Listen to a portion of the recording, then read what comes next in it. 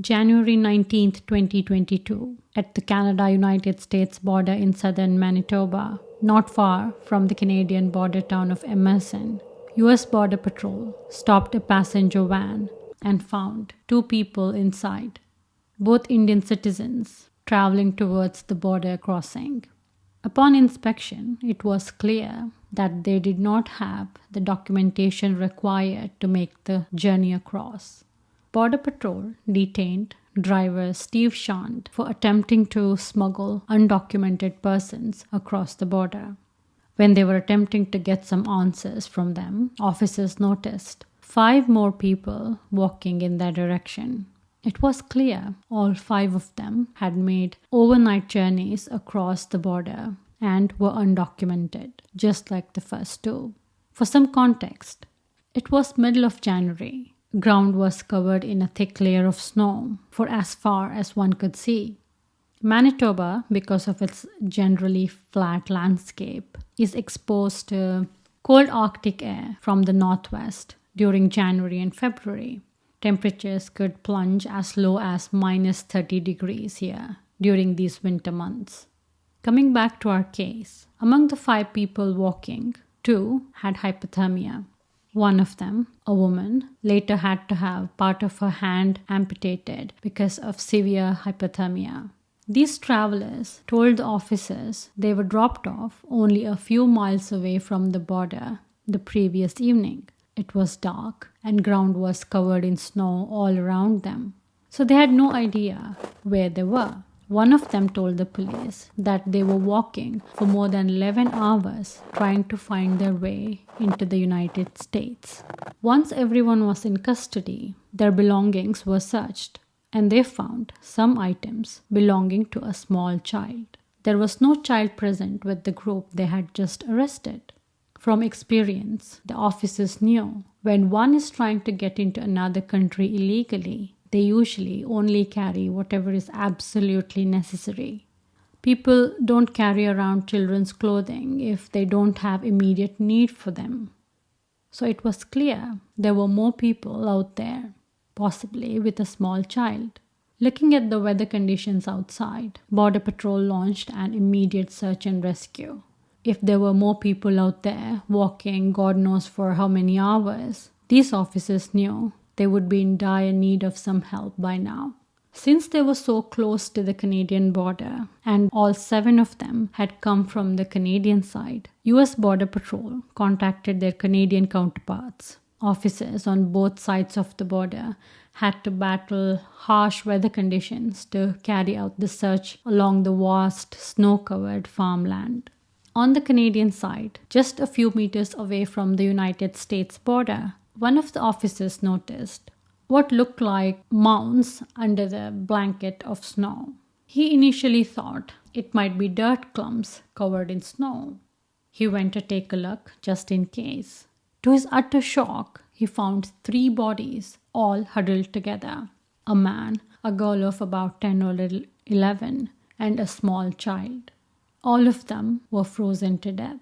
Just a few feet away from them lay a body of a woman. It was clear looking at the group that they were a family of 4. Father, mother, their 2 small children, all literally frozen on the ground. Officers who were present at the scene describe the shock they felt looking at the family, especially the little ones. It was a tragedy which should never have happened. The family was identified as 39-year-old Jagadish and his wife, 37-year-old Vaishali Patel, their 11-year-old daughter Vihangi Patel, and 3-year-old son Dharmik Patel. The family were from a small village near Gujarat, Western India. They had traveled from India to Toronto on January 12, 2022.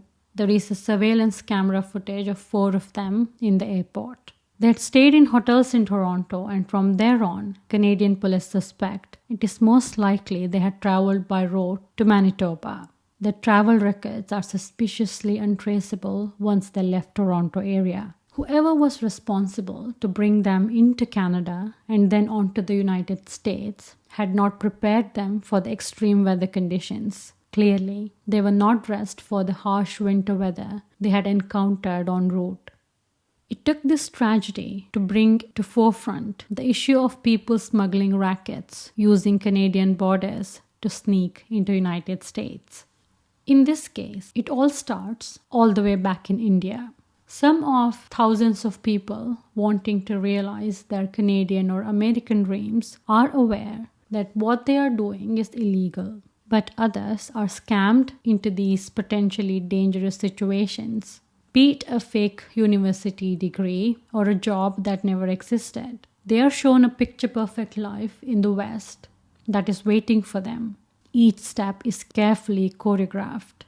People seeking greener pastures seldom look into the details of what they are getting themselves into. They are not aware of the laws that exist once they reach their intended destinations, or how difficult life would be for them if or when they do get there. By then, it is too late for them. They would have traded their life savings to these human smugglers and are desperate to make it work, no matter how unbearable their situation gets. And more often than not, they are prisoners, living under the constant threat of being discovered, exploited at every stage, not knowing how to get out of the hell of their own making. But who is to tell them all this? People who they think are helping them get into Canada or United States or United Kingdom are not really helping at all, but just filling their own pockets. There is no altruism involved in this trade. So even though people who end up using these illegal means are victims in a sense, they're often not treated as such because they knowingly broke the law. Patels fell victim to one such scheme. Jagdish Patel, who by this point in his life had held few jobs, had even tried a hand at his own business, but nothing was getting him desired results. He was not poor by any means. He had a nice house he lived in with his parents and family. His father owned some lands nearby and that generated enough income to keep his family comfortably. But Jagdish wanted more from his life. He wanted his children to have the best education and decided to achieve everything he desired, he had to move his family to the United States. Since he was not qualified to get a sponsorship, in desperation, he fell prey to the people smugglers, borrowed money from his father, and packed up his and his family's belongings. To aid his American obsession, he didn't have to go far. There were many from his own village who had attempted and succeeded in such an endeavor. These scammers work very hard. You see posters and banners advertising fake companies that will take you to America. They will convince you that it is easy. All you have to do is pay them money and the rest is taken care of. What they don't tell you is if you get caught, you're on your own. If you're in any kind of trouble, you're on your own. And once you cross the border, you're definitely on your own. Everything they do, every aid they provide, comes at a cost. They may even offer help finding jobs for illegal immigrants, but even that is a scam. Illegal immigrants get exploited at every turn. They have to work at less than minimum wage and have no benefits. They are shortchanged at every turn. If they are caught and sent back, they may also have to bear legal costs. I can tell you from experience that uprooting your whole life to another country by legal route is hard enough, but to do it the way they did, with kids in tow, I don't think Patels understood the enormity of the situation they were getting themselves into.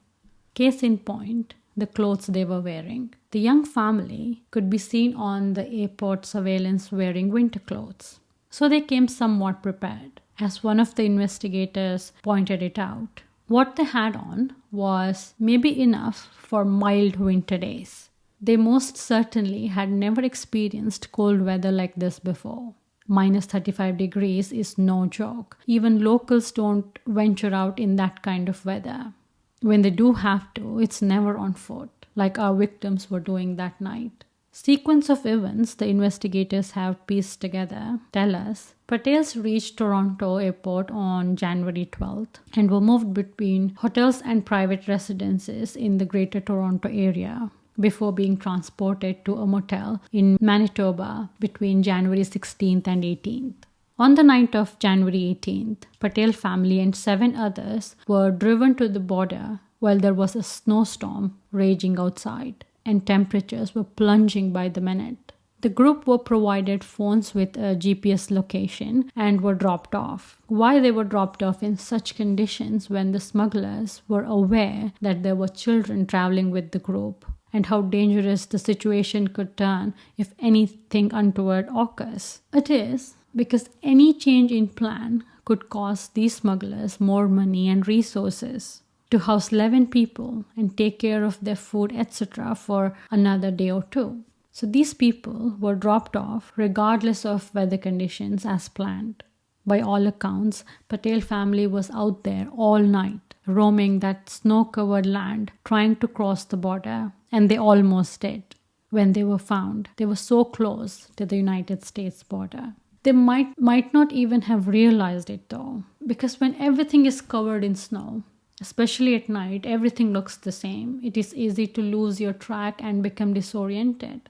I think that is what happened to them. They had no idea where they were, or how far they had traveled, or how much further they still had to go. Maybe they were exhausted, with 2 little kids out at night in that weather, in questionable winter clothing. They did not have a chance.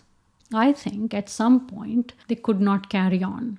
My research shows that when severe hypothermia hits and your brain starts to shut down, those affected will lose their will to live, literally. In severe cases, people start to hallucinate as body's core temperature decreases.